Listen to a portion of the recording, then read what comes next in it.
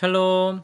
10월 8일 이슬기도 오신 여러분 환영합니다. 우리 시편 33편 11, 12절 암송하고 시작합니다. 여호와의 계획은 영원히 서고 그의 생각은 대대에 이르리로다. 여호와를 자기 하나님으로 삼은 나라 곧 하나님의 기업으로 선택된 백성은 복이 있도다. 한 번 더 하겠습니다. 여호와의 계획은 영원히 서고 그의 생각은 대대에 이르리로다. 여호와를 자기 하나님으로 삼은 나라 곧 하나님의 기업으로 선택된 백성은 복이 있도다. 아멘. 예, 오늘 우리는 열왕기상 11장, 빌립보서 2장, 에스겔 41장, 시편 92, 93편을 겸손이라는 주제 단어를 통해서 살펴보겠습니다. 열왕기상 11장입니다. 솔로몬은 하나님께서 주신 지혜와 영광을 누렸지만 말년에 교만으로 인해서 하나님을 떠났습니다. 이방 여인들을 사랑하며 그들의 신을 섬기게 된 것은 자신의 판단을 하나님의 말씀보다 앞세운 결과였죠. 젊은 날 하나님 앞에서 겸손히 지혜를 구했던 그가 세상 최고의 권력, 그런 부를 누리면서 점점 하나님의 은혜를 잊어갔어요. 우리도 삶이 좀 순탄할 때가 있잖아요. 그럴 때 어떻게 하는지 한번 생각해 보면요. 하나님을 의지하기보다도 뭐 큰 문제 없고 크게 기도할 필요를 못 느끼니까 자기 힘을 의지하기가 쉬워요. 그래서 하나님께서 주신 복들이 교만의 발판이 되지 않도록 항상 모든 좋은 것이 하나님께로부터 온다는 사실을 우리는 꼭 기억을 해야 합니다. 솔로몬의 실패는 우리에게 그 겸손이라는 걸 잃는 순간 하나님과의 관계도 무너진다라는 경고를 주고 있습니다. 빌립보서 2장입니다. 바울은 빌립보 교회 성도들에게 그리스도의 겸손을 본받으라고 권면합니다. 예수님께서는 하나님과 동등하신 분이셨지만 자신을 낮추시고 종의 형체를 입으셨어요. 십자가에 죽기까지 순종하신 그리스도의 겸손은 우리가 따라야 할 가장 완전한 모범이 됩니다. 진정한 겸손은 자신을 낮추는 동시에 다른 사람을 높이는 거거든요. 교회 공동체 안에서 다툼이나 허영이 아니라 오직 겸손한 마음으로 각각 자기보다 남을 낮게 여기라는 권면은 오늘날 우리에게도 필요한 말씀이에요. 하나님께서는 그리스도를 높이셨듯이 겸손히 섬기는 자들을 결국 높이십니다. 우리의 겸손은 단순한 미덕이 아니라 하나님 나라의 본질적 가치입니다. 시편입니다. 시편 기자는 겸손과 감사의 마음으로 지존하신 하나님을 찬양합니다. 92편에서는 여호와의 인자하심과 성실하심을 노래하며 의인은 종려나무처럼 번성한다라고 고백하죠. 93편은 하나님의 영원한 통치와 권능을 찬양합니다. 찬양은 가장 겸손한 행위라고 할 수 있어요. 왜냐하면 하나님을 내가 아니라 하나님을 높이는 것이고 내 공로가 아닌 하나님의 은혜를 인정하는 것이기 때문에 겸손한 행위라고 할 수 있는 거예요. 세상은 자신을 드러내고 높이라고 우리에게 말하지만은 성경은 하나님만을 높이라고 말합니다. 악인들은 일시적으로 '와 이렇게 잘 될 수 있나?' 이렇게 보일 줄 몰라도 의인은 결국 하나님의 집에 심긴 나무처럼 늙어도 여전히 열매를 맺는 거예요. 겸손히 하나님을 예배하는 삶이야말로 영원한 가치를 지닌다라는 것을 기억하시기 바랍니다. 오늘 에스겔 41장의 내용을 통해서 하나님의 자, 줄자 있죠? 하나님의 자로 측량받는 삶이라는 제목으로 말씀을 전하겠습니다. 오늘 여러분이 읽으신 에스겔 41장은 성경에서 참 읽기 까다로운 본문 중 하나예요. 성전의 치수와 구조가 끊임없이 나열이 되잖아요. 길이가 얼마, 너비가 얼마, 두께가 얼마. 도대체 이거를 내가 읽어서 무슨 은혜를 받을까 싶은 생각이 들 수 있는 그런 부분입니다. 그런데 알고 보면 여기에 놀라운 진리가 숨어 있어요. 에스겔은 환상 중에 천사가 성전을 측량하는 모습을 지켜봅니다. 그냥 뭐 대충 싹 보는 게 아니에요. 갈대척이라는 정확한 도구로 한치의 오차도 없이 측량을 하는 거예요. 문설주의 너비, 벽의 두께, 방의 크기, 심지어 나무 조각의 모양까지 세밀하게 재고 기록을 합니다. 우린 여기서 중요한 질문 하나를 던지게 됩니다. 왜 하나님께서는 이렇게 세세한 치수까지 에스겔에게 보여주셨냐라는 거죠. 그냥 아름다운 성전 이렇게 하시면 안 됐을까요? 답은 명확한데요. 왜냐하면 하나님은 디테일의 하나님이시기 때문입니다. 대충 넘어가시는 분이 아니라 모든 것을 정확하게 계획하시고 실행하시는 분이에요.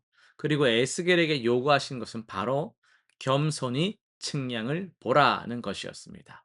생각해 보세요. 에스겔은 선지자죠. 하나님의 말씀을 전하는 사람이란 말이에요.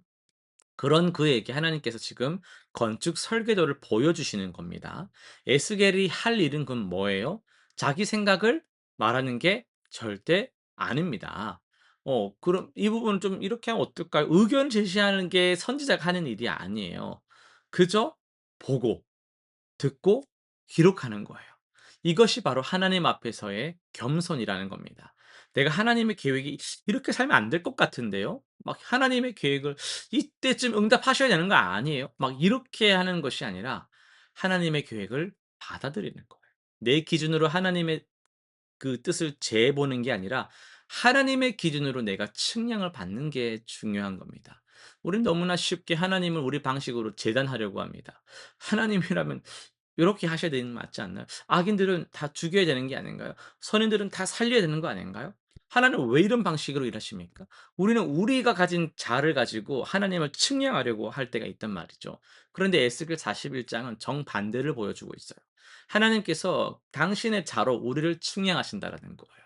성전의 모든 부분이 정확한 치수로 이어진 것처럼 우리 삶도 하나님의 정확한 계획 안에 있습니다.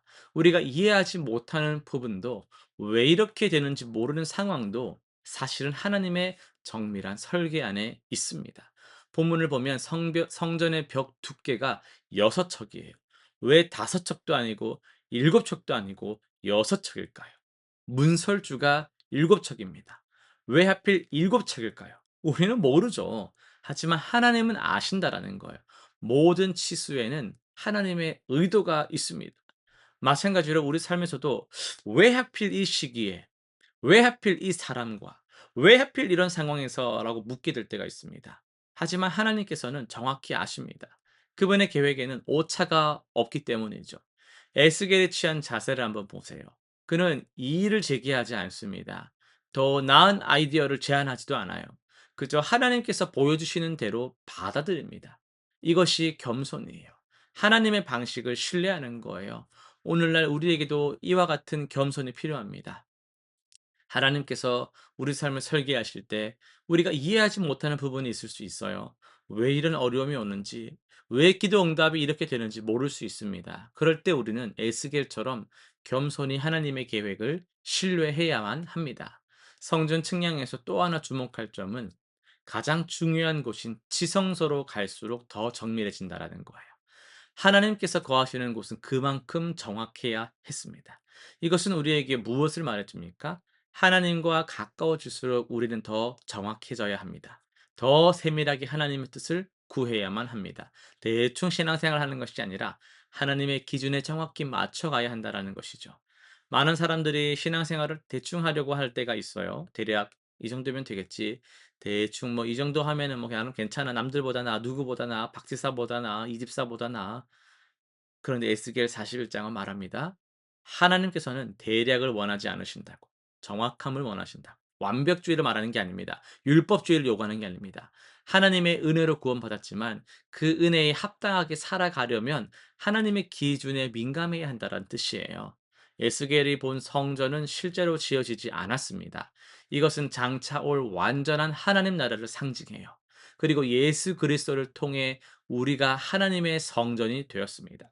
그렇다면 우리 삶도 에스겔이 본 성전처럼 정확한 하나님의 설계대로 지어져 가고 있는 것입니다. 겸손을 내 방식을 고집하지 않는 것이에요. 하나님의 방식을 받아들이는 것입니다. 에스겔처럼 "하나님 당신의 계획이 무엇입니까? 보여주십시오. 제가 따르겠습니다."라고 말하는 것입니다. 사랑하는 성도 여러분, 우리는 너무 자주 하나님의 계획을 우리 기준으로 평가하려 할 때가 있어요. 하지만 진정한 겸손은 무엇입니까? 하나님의 자로 측량받는 거예요. 에스겔처럼 하나님께서 보여주시는 것을 겸손히 받아들이고 그분의 정밀한 계획을 신뢰해 보세요. 우리가 이해하지 못하는 순간에도 하나님께서는 한치의 오차 없이 우리 삶을 인도하고 계십니다. 그분의 방식을 신뢰하며 겸손히 따르는 한 주가 되시기를 축복합니다. 실천상 세 가지 한번 정리해 볼게요. 첫 번째는 이번 주에 내 뜻대로 안 되는 한 가지 상황을 선택해 보세요. 그것에 대해서 불평하기보다도 하나님, 이 안에 당신의 계획이 있음을 믿습니다. 라고 고백해 보시길 바랍니다. 두 번째는요, 매일 말씀을 읽을 때 내가 성경을 판단하는 것이 아니라 성경이 나를 측량한다라는 자세로 읽어보세요. 내 생각에 맞춰서 해석하는 것이 아니라 말씀이 내 삶을 바로잡도록 해보시길 바랍니다. 셋째, 이번 주 작은 일 하나를 하나님의 기준으로 정확하게 행해 보세요. 대충 하고 막 그냥 습관적으로 하던 기도가 아니라 대충 그냥 형식적으로 습관적으로 던져 넣던 헌금이 아니라 대충 그냥 의무적으로 하던 섬김이 아니라 하나님 앞에서 정확하게 한번 해 보시는 그런 시간을 가져 보시길 바랍니다. 기도하고 마치겠습니다. 하나님 아버지, 내 기준으로 주님을 제려했던 교만을 회개합니다. 주님의 자로 내가 측량받기를 원합니다. 제가 이해하지 못하는 순간에서 조차도 주님의 정밀한 계획을 신뢰하게 하여 주옵소서. 겸손하게 주님의 뜻을 따르며 살아가게 하여 주옵소서. 예수님의 이름으로 기도드립니다. 아멘.